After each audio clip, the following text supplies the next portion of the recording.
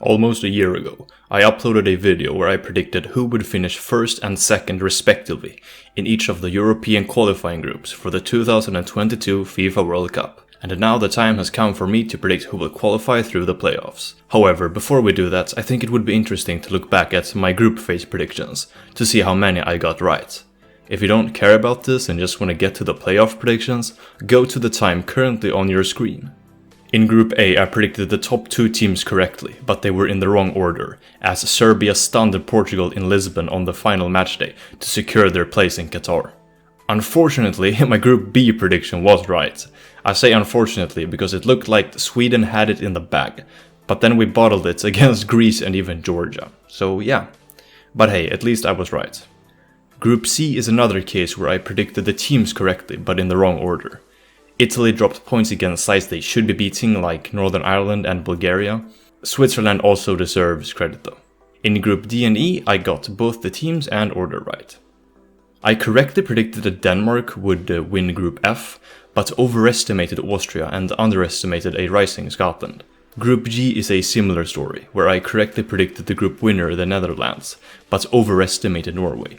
With the players they have, it's a shame they're missing another major tournament. In Group H and I got both the teams and order right. Yay. In Group J, I got the most obvious thing right, Germany winning the group, but failed to see Iceland's shocking implosion coming. Congratulations to North Macedonia though. They really surprised me in a positive way. Overall, I have to say I'm quite pleased with my predictions, even though they weren't perfect. But now it's time to predict the playoffs. As always with predictions, you will most likely not agree with all of them, so please tell me your predictions in the comments. I'll start with Path A and work my way down to Path C. Scotland was undefeated at home in World Cup qualification.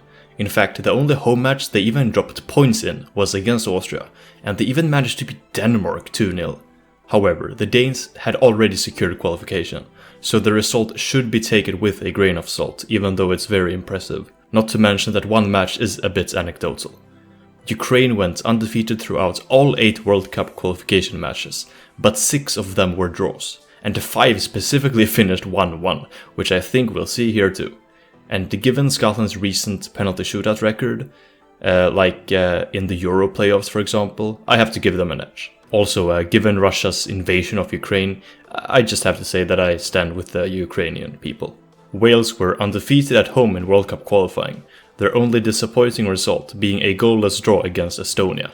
That's an acceptable slip-up though, especially since they also picked up a point against Belgium and beat the Czech Republic. Austria has been straight up bad in qualifying, losing 5-2 against Israel, 1-0 against Scotland in Vienna with the fans, and 4-0 against Denmark. Wales is simply a bit better than Austria, especially in Cardiff. However, I think they'll only win 1-0 since they only really win by more than 1 goal against teams that are significantly and not just somewhat weaker. Their win against Turkey at the Euros is a notable exception to this, but it was in the last minutes. I also think there is a possibility Austria will find a little of their solid form we saw at the Euros, but it's not guaranteed. Either way, I think Wales will win. A mouth-watering British derby in the final, not in the sense that it will produce many goals, but that it will be a very fierce affair. Scotland's away record is average, not bad, not great. They needed a penalty to score against this struggling Austrian side, dropped points against Israel, and it took them almost 86 minutes to find the back of the net against the Faroe Islands. In Glasgow, I think it would be another story, but because Wales has home advantage, I think they'll narrowly win 1-0. Possibly after extra time, and make a return to the World Cup for the first time since 1958. While working on this video, Russia shockingly invaded Ukraine. Once again, my thoughts go to the people of Ukraine.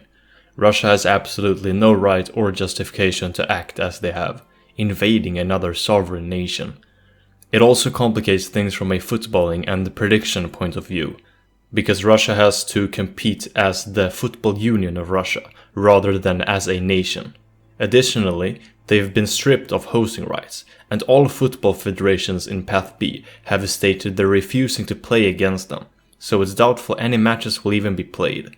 Despite the uncertain future, I will, for the sake of being able to make predictions, assume that they will face Poland on the 24th of March, even though it's far from a certainty.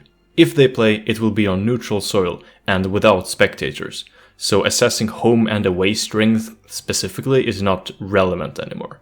Given recent performances at the Euros and in World Cup qualification, Russia and Poland are about evenly matched, which is further reflected in their ELO ratings. But I can't help but think the Russians will be much more demoralized than Poland, since I'm quite sure the vast majority of the Russian players are against the war in Ukraine. At the same time, it's possible they can filter out those emotions during the match, but it's uncertain. I'm just speculating, and it's possible that the Polish players also struggle for similar reasons. This match is, to say the least, complicated to predict, but I think it will be tied after 90 minutes. Robert Lewandowski has proven to be a player that can step up when needed, and I think he'll do that here to spare the match from a penalty shootout, if it even gets played at all. Sweden won all of their home matches, even against Spain. Meanwhile, the Czech Republic lost away to Wales and Belgium, but that's forgivable. Given the available information, I have to favor Sweden in this match, even though it will be a hard one. However, the Czech Republic is a rising side with a bright future.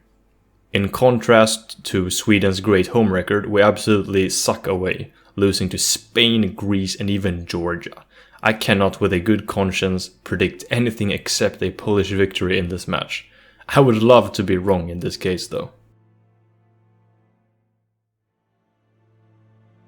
This match is complicated to predict. On paper, Italy should be able to win it quite comfortably in Palermo. But in World Cup qualifying, they dropped points at home to Bulgaria and Switzerland, and away against Northern Ireland. Also, North Macedonia has proven to be a competent away side, winning against Germany and demolishing Armenia 5-0. Their Euro performance indicates that this play against Germany should be taken with a grain of salt though, even though they definitely won deservedly on the day.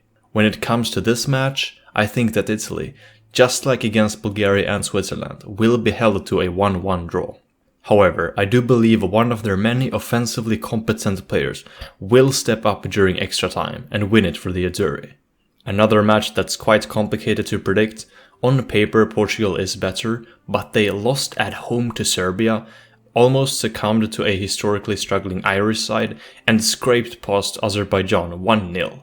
Despite flopping at the Euros and losing 6-1 to the Netherlands in World Cup qualification, Turkey won all other away matches. And they have that X factor that might just grant them a win in the end. This match could finish 4-0 Portugal, just as well as Turkey could win it 2-1. However, I do believe Portugal will get their act together and see it through. It's baffling that Portugal or Italy won't reach the World Cup, but that's the price they pay by not winning their groups. The Italians even run the risk of missing consecutive World Cups for the first time in their history. To put this in a larger perspective, big nations have actually missed consecutive World Cups before. The Netherlands in 1982 and 86, also more than once prior to 1974, but that was before the Dutch were a major footballing power. And France in 1990 and 94, also in 1970 and 74, but it's debatable if those sides can be considered great. This, of course, doesn't necessarily mean that Italy will miss out, but it's still worth noting so you don't just say, I just can't imagine 2 World Cups without Italy, because that alone is not a valid argument. However, I do believe Italy will advance instead of Portugal in the end. Both sides have struggled recently, dropping points against sides they should be beating, or in Portugal's case with Serbia, at least manage a draw with. With the recent results taken into account, I think the match will be tied 1-1 after 90 minutes and extra time. And because Italy proved to be a potent penalty shootout side at Euro 2020, I think they will reign supreme in the shootout despite Portugal's home advantage. Those are my playoff predictions. I doubt all of them will be true, but nonetheless here they are. Once again, please tell me your predictions in the comment section and like the video if you enjoyed it.